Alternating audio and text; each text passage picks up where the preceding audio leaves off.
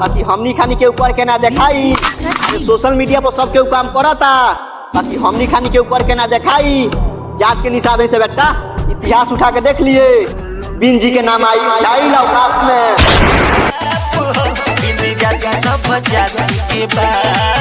बिन जी निषाद जी अरे अपना जाति के से रही बेटा, जिंदगी जी निशान से। अरे अपना जाति के से रही बेटा, जिंदगी जी निशान से। ऐसा ही सारा जाति के गान ना फटेला बिन जी के नाम से। बुझाई औकात में।